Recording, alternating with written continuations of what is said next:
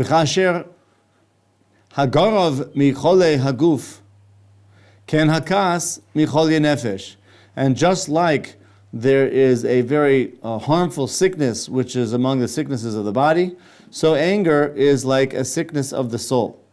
V'omer Rabbeinu, and the sages said, Kol hakoyas kol minei gehenim sholtim bo. Somebody who's angry, it's like the flames of Gehinnom have engulfed this person. Shenemar, as it says, V'haser kas milibecha, remove anger from your heart, v'ha'aver ra'a mibsarecha, and in so doing, you will take evil away from your flesh.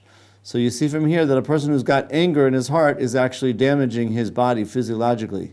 The fire and the flames of anger consume his physical well-being as well. Ve'ein ra ele Gehinnom. Ra is certainly reference to Gehinnom. And therefore, that's what it means here. V'hasar kas milibecha v'ha'aver ra'a mibsarecha, where ra is like a byword for Gehinnom. If you take anger from your heart, you're removing the flames of Gehinnom from your flesh. Shneimar, as it says, Kol pal Hashem l'manehu. Everything that Hashem does, He does on His account. V'gam rasha l'yom ra'ah. And also a wicked person on the day of evil. And the day of evil for a wicked person is Gehinnom. So you see from here that evil, ra, is a byword for Gehinnom. V'lo od, and not only this, ela she'hatachtonios sholtos bo. Shneimar, as it says, V'nosan Hashem lecha sham lev ragoz uchlil yaninaim v'da'avay nofesh. I think what he means to say is shatachtonios sholtos bo. He means to say a person whose anger, he's swayed by anger, so he is also placed under the influence of, how do they translate it here in English? Piles. You know what piles are? You shouldn't know. But piles, that's what I thought perhaps it meant, but I didn't see the connection to the verse here. But it means it's a form of lower, shall we say, intestinal tract disease, a disease of the lower intestine, and very, very uncomfortable disease. So anger causes a person to be. Now, I guess that makes sense to us. I mean, a person's angry, so that might affect his metabolism, blood pressure, and have an effect on a person's, the balance of the bile, and his bile is all, they call it, anger is related to the bile. And therefore he can have all types of irregularities and imbalances in the digestive tract because of his anger.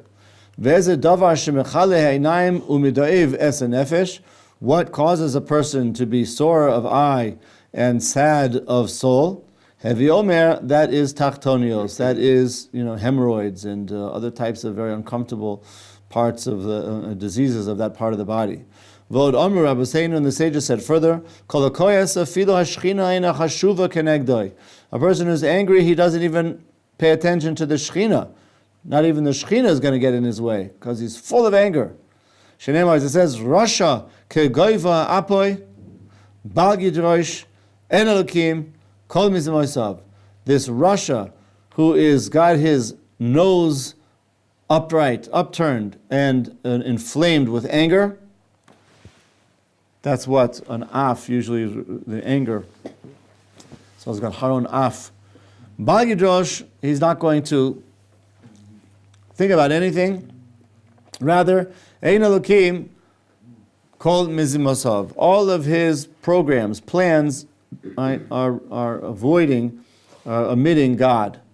Va'af mishakeach talmudo umosif tipshus.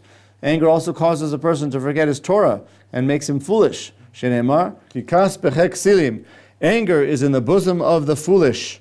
It will dwell. Uksiv, and it's written, uksil lo yovin, uksil yifrosh viveles. So that's just the last paragraph, the last sentence in this paragraph. Ubeyadua shavanosov merubin mischuyosov. It's obvious that a person who's under the sway of anger, his transgressions outnumber his merits. Shenemar, as it says, ubal chema rav pasha. A person who is irascible, is that the right word? has many transgressions. V'onshor gadol me'od, his punishment is great. Shneimar, as it says, Gdol chema nosoi onesh. So this is certainly true. A person who's angry, he has a propensity to become easily angered. He's going to very easily forget God. All he can think about is his consuming passion of anger. He can upset and abuse other people without thinking about what he's doing. And in the meantime, he's also upsetting and abusing himself because he becomes under the sway of those passionate, devouring flames of anger, which affect him spiritually and emotionally, psychologically, and even physically. So that anger is a very bad thing. It's a very harmful thing. It's a devouring, consuming flame. And you see, people who are all imbued with anger, they don't pay attention to what they're doing. They're off the hook. They do many things in their anger that they wouldn't do if they weren't angry. Because anger uproots the intelligence from within a person. Until he increases all of these arguments and aspersions against other people. And it's true, when a person's angry and he starts spewing things at the mouth, you say, stop that, you can't mean that. Of course I mean it. No. But after he calms down, he said things he didn't mean. It's interesting how that happens. Just physiologically, how a person can become overcome with anger and start spewing forth the foulest language and the meanest ideas. And he doesn't really mean it, but he can't control himself. He just can't control himself. I don't think you really find that with most other attributes. I mean, a person is not so happy that he loses control of what he says or what he does, usually. Maybe jealousy. But usually jealousy is more calculated. I mean, the person is thinking about what he's doing. It's true, the feelings of jealousy might cause them to do things which are, but it's calculated. Here, anger can just put a person totally out of whack. Therefore, it's impossible that a person who is excitable in this way can be spared from very great transgressions. His anger is going to propel him into doing serious transgressions all the time. So Elijah the prophet said in his crystallization and appearance before Rav Yehuda in the Talmud, Loi tirtach velo techete. Don't get riled up and don't sin. A person gets all riled up and angry, they're going to have a propensity for transgression. V'amru, and the sages said, V'shloshet dvarim nikar adam, in three ways a person's quality can be measured. The first one is beka'aso, with his anger. You can tell a lot about a person by whether he gets angry or not, or at least about what he gets angry. You can tell a lot, therefore, about a person regarding the attribute of anger. When he's angry, that's when you see his true colors come out. I mean, of course, it's probably the color red, and he might not be saying the real thing, but you see what kind of person he's inside. If he's angry and he unleashes a torrent of verbiage, and harmful speech, and does bad things, so you see that person's got a lot of pent-up negativity inside, and it's just anger is unleashing that. Another person might not get angry. He won't get angry so intensely, or when he does, he doesn't have that same type of result because he does. So anger is the key to see what's going on inside a person. Then his anger will overcome his wisdom. He'll do things which are not under the influence of wisdom. But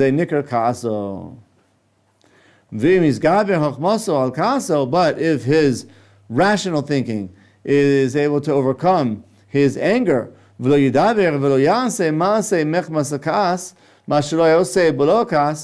if he controls himself and doesn't do things that he wouldn't do if he weren't angry, then we can see he's a wise person. Because even though he's angry, his anger will not bring him to things bring him to do things, we wouldn't bring him to do things or to say things which he wouldn't do if he weren't angry. The two other things that I mentioned there are kiso and koso. Kaso, kiso, and koso. Kaso is his anger. Kiso is his purse. And koso is his cup. So that a person's integrity can be measured through his purse, how his relationship to monetary matters is, whether he's stingy or generous, and koso, which is how he drinks, the measure in which he drinks, or as he drinks, what types of things come out. So these are three ways Chazal say: kaso, kiso, and koso. V'amu shlosha HaKadosh Baruch Hu oavan. The sages say there are three people that God loves. Ve'echad mehen mi she'eno koes. One of them is one who is not angry. He doesn't get angry. V'amar Rabbeinu Zichron Livracha, our sages said of blessed memory, lo hakapdon melamed, a person who is irate, who is overly, I don't know exactly how to translate kaptan. How do they do it in here? Impatient. Impatient. Okay? But it's more than just being impatient. It's like being impatient and upset about it. Such a person who has this inclination to become angry, he can't be a teacher. Because of his inclination to anger, the students will be afraid of him, and therefore they won't ask about the things that they doubt. Maybe he'll get angry at them. And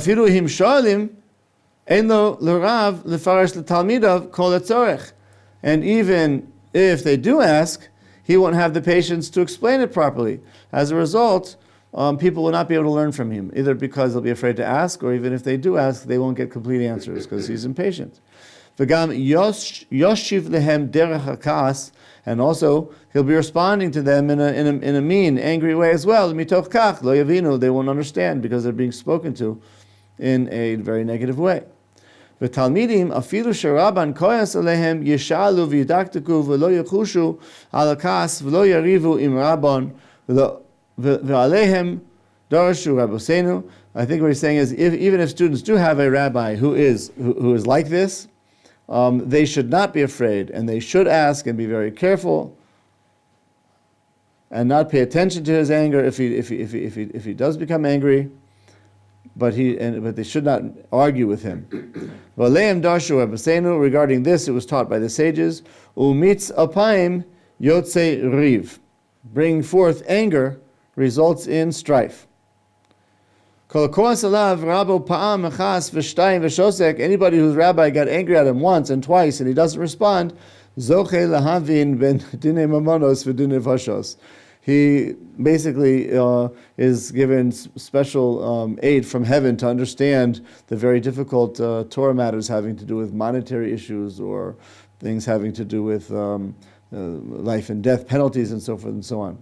Why? Because he's humbled himself before his rabbi and he has not answered even if the rabbi has been mean or angry towards him. And it was said, you have nothing more difficult to learn than things having to do with these monetary issues or the matters of the capital punishment. And therefore, a person who is excitable should not be a teacher. His inclination to anger will intimidate the students and prevent them from learning. And even if they do muster up the courage to ask, the impatient teacher will not answer them properly, so they won't understand. Therefore, it's very important as much as possible to choose the teachers properly. But even if, for whatever reason, a teacher is angry, upset, even if it's only temporary, the students should not be afraid to ask, and they otherwise, how will they know? They're encouraged to continue to ask. Sometimes, they say that this is true more in the public school system more than in the private school system, perhaps because of the salary incentive. But that over time, even teachers who started off very ideologically motivated to teaching and wanting to educate young people, and in the public school system, sometimes underprivileged young people. Over 5, 10, 20 years, they become worn down and older and lacking the energy to deal with different age groups and the different challenges and so forth and so on. And the generation gap kicks in so that they get angry and frustrated and end up being more a source of tension to the students than as teachers. But at that point, they're tenured. So the tension becomes tenured. And that's a difficulty in the system. I don't know what can be done to solve that type of a thing. I've had such teachers. Thank God most of my teachers in the public school system were very enlightened, refined, education-loving people who inspired me and my peers to want to learn and not to cheat in order to pass the test, but to really appreciate the knowledge. To this day, I'm very appreciative to those teachers. Hakasan ein lo chen be'einei habriyos v'hu sonu be'eineihem. A person who is inclined to anger will not be liked by people. He won't find favor in their eyes. On the contrary, he'll be hated by them. Umitoch kach ein masa mekubalim be'einei habriyos. And for this reason, things that he does will not be accepted properly by people. Even if he has Torah knowledge and good deeds, but if he's inclined to anger, people won't like him, and therefore they won't accept what he says, what he does. They won't respect him. That's a Torah scholar, somebody who's constantly fuming at others. Hakasan hu koived al bnei beso. He's also a great hindrance and imposition on the members of his household, because they're constantly afraid of what he's going to do and what he's going to say. Hashomim tomid kaso v'tlunoso. They constantly see him displaying anger and his complaints. And such a person is very close to coming to some type of a mistake. Why? He brings undue fear into his home. Like this Rabbi, Rabbi Chanina ben Gamliel, asher bikshu b'nei beso la'achilo ever min achai, where the members of his household were led to a scenario where they tried to give him unkosher food because they were afraid of telling him that that they made some type of a mess up, some type of a slip up. So rather than incur the wrath of his anger for not serving him his dinner as he likes at the right time, they gave him non-kosher food. Yeah. A person who operates his household in this way can cause the members of his household to do all types of transgressions. If he hears that something wasn't ready before Shabbos came in, right, he would be very, very upset. So avoid that.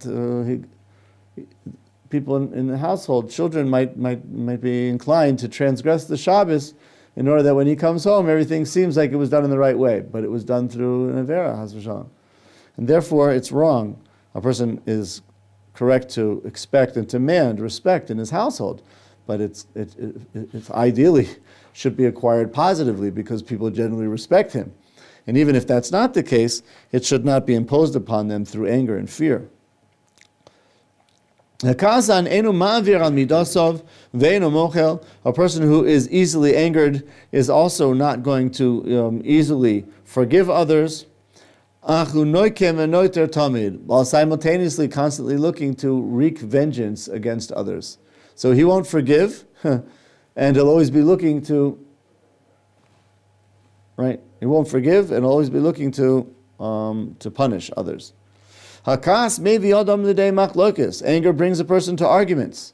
Kshu koes im chaverav, when he's angry with his friends, yarivu imo v'hu imahem. He'll fight with them and then with him.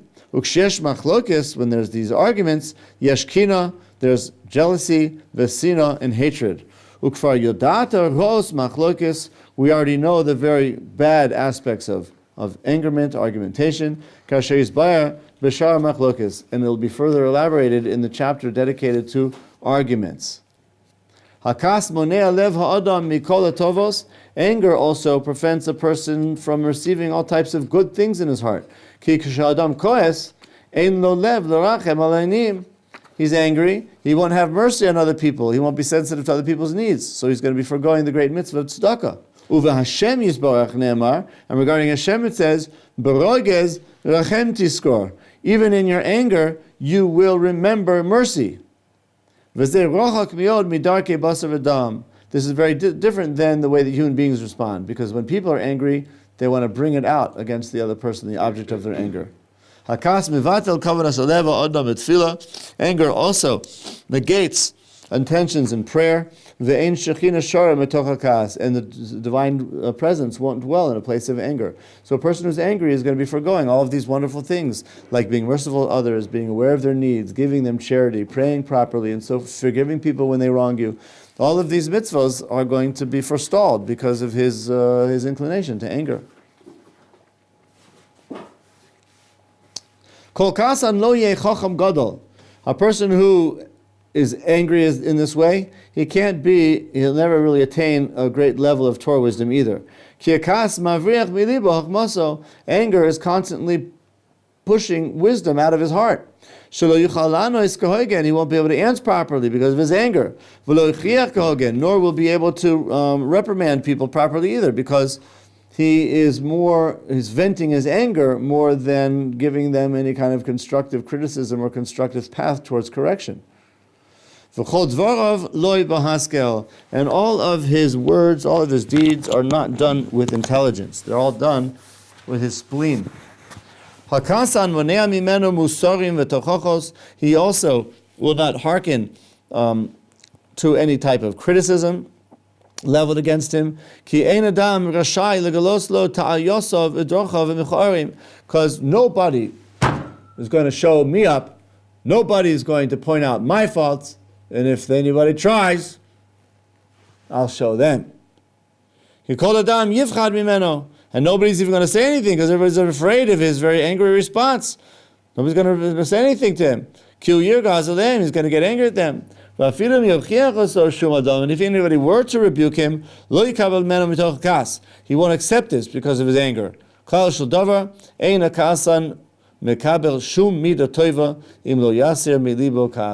person who is prone to anger will not be able to acquire any good attribute. Any good attribute is going to be pushed out of his heart because of through the power of anger. Just like the person who's prone to anger will not receive rebuke from others, he can't rebuke other people either. Why? The Torah said, you shall surely rebuke your fellow Jew, and you shall not compound upon him transgression. How do we understand this verse? When you rebuke a person, you should do so privately and quietly. And tell him in a gentle voice, more like asking a request than asserting. He's saying it for his own good. Then you won't receive through him transgression. Because it says rebuke him and don't heap upon yourself transgression. How will you heap upon yourself transgression? If you rebuke him in a non-constructive way, he's not going to accept what you say, and he's probably going to go back and turn on you. So you're actually bringing evil instead of good. But if your initial response is with a loud voice, ubazam, in anger, and you embarrass him, then you will receive on account of him transgression. Why? Because how do you expect him to listen to you now that you've spoken to him this way? And if he goes ahead and transgresses, whose fault is it? Now it's going to be yours, because you didn't rebuke him properly. So a person who's going to be prone to anger is not able to rebuke other people. He won't be able to do it properly, and he's actually going to make it worse by saying anything. The other day, somebody did something at shul, which was clearly unacceptable. It was clearly unacceptable. It was rude and even crude. But the person who was sitting next to him lashed out at him and really spoke in a kind of a, not too loud of a voice. I can't say it was loud. I heard it because I was not far away. But he certainly embarrassed him, and he certainly spoke to him very harshly. And the other person got really irate and started raising his voice and shouting, and then the two of them started arguing, and it was in the middle of the davening, and neither of them were answering Amen, Yehei Rabbi to the Kaddish, and other people weren't answering because they were distracted by the argument that was going on. So he started off with a mitzvah and ended up with an avera. He was right for rebuking the person, but he was wrong for doing it then and in that way. What was done was done. In my opinion, he was entirely correct, but he should have afterwards said to him, quietly on his own, what you did was really unacceptable. You have to be aware that that's really not the way to act, and so on and so forth and so on. And if he said it in a nice, acceptable type of a way, then the person might accept it. And even if he didn't, he started shouting, at least it wouldn't have been in the davening. But now, not only was the offender not concentrating in the davening, neither was the one who was trying to right things, and everybody else was being distracted as well. So the guy was right, in my opinion. He was totally in place for rebuking the other guy, but not in that way, not at that time. It was just you have to know how to. So he might have been indignant for the honor of Hashem, indignant for the honor of the minyan in the prayers. But if he was really concerned about the prayers, he should have thought about how what he said and the way he said it to the person who he said it to would end up just possibly disturbing the prayers more than the actual offender actually did. So you have to be careful. I think, in my opinion, the situation is clearly what we're talking about here. He started thinking he was doing a mitzvah, and he ended up doing an avera. Pashut an avera. And the other guy won't accept what you're saying if you say it this way. This is the way of people. If a person comes at him strongly, his friend is going to stand up against him. He's not going to give ground. Regarding this, the sage said, the words of the wise are heard when they are spoken quietly. So a wise person can speak quietly and be heard. A foolish person can shout and not be listened to. We have an example of this regarding Hillel and Shammai. Sha'amru alehem, oisan shalosha hagerim. It was said about them, Hillel and Shammai, by the three converts. Kabtanuso shel Shammai, biksha litaradeni mino elam. The anger, this kapeda, the short-temperedness of Shammai, right? Because of the short-temperedness of Shammai, I thought to depart from the world, meaning leave it all. An v'sanuso shel Hillel, but the humility of Hillel, kiravtanu tachas kanfei Shechina, enabled us to be drawn closer to and underneath the wings of the divine presence, meaning to convert. Hillel mirov anava sh'aisabo. Hillel, because he was quite humble, lo hayadam yechol lachiso. Nobody could anger him. Ki hamonei atzmo minakas koinen midas anava v'rachmanis. So anybody who is able to refrain from anger will thereby acquire the qualities of humility and of mercy. Ki micharonaf hiye midas achzarios. Through anger, he will arrive to meanness, as it says, I will become angry and kill you.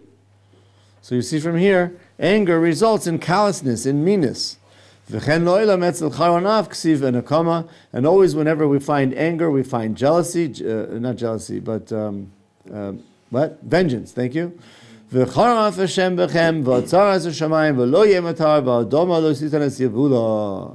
When God becomes angry at you, He will, as a result of this, I guess this is the vengeance, the retribution, He will close off the heavens, and you will not have rain, and nor will the earth give forth its produce.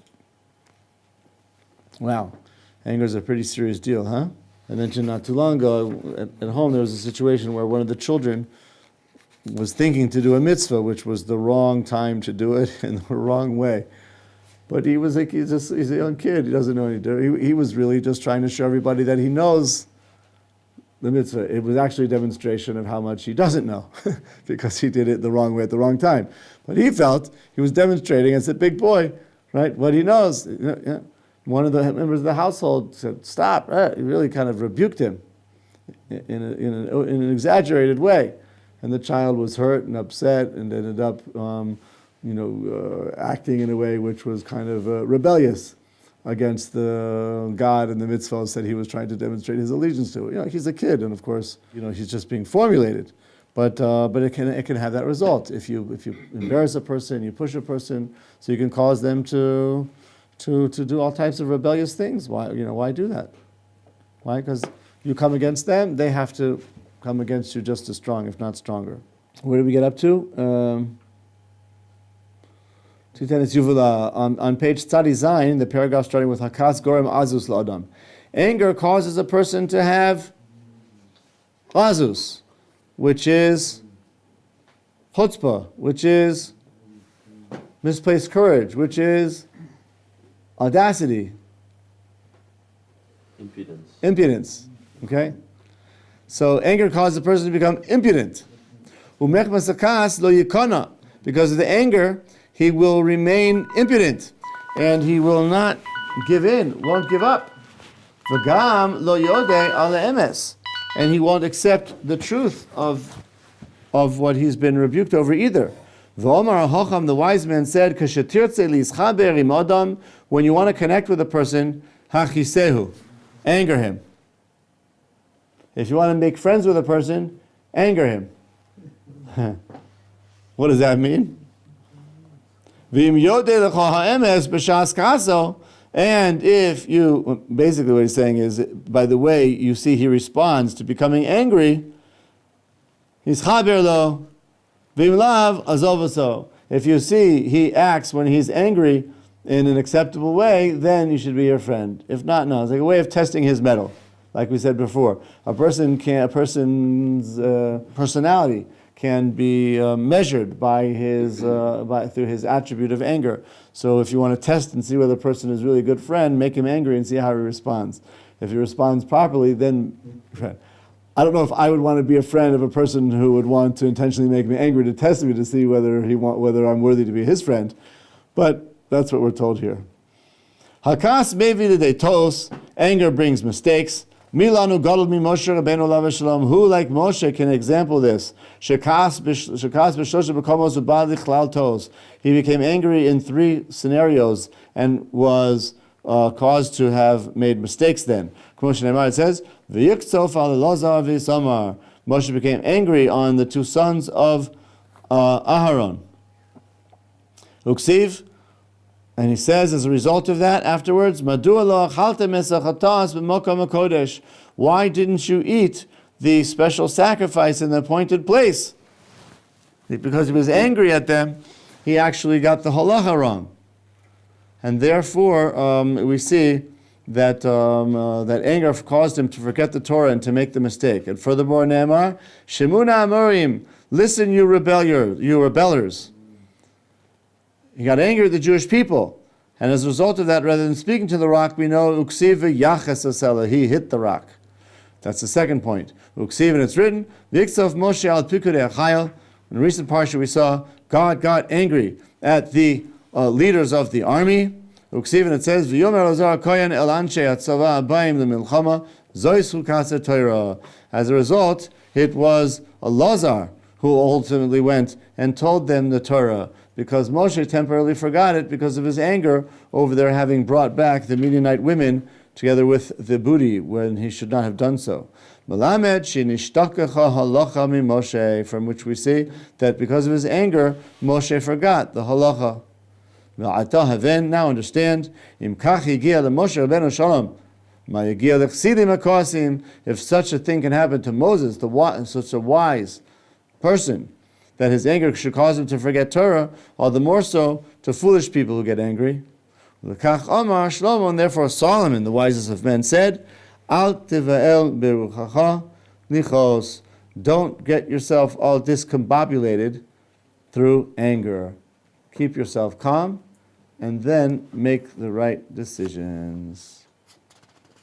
Okay, let's stop here. And we'll have to continue this next time we meet.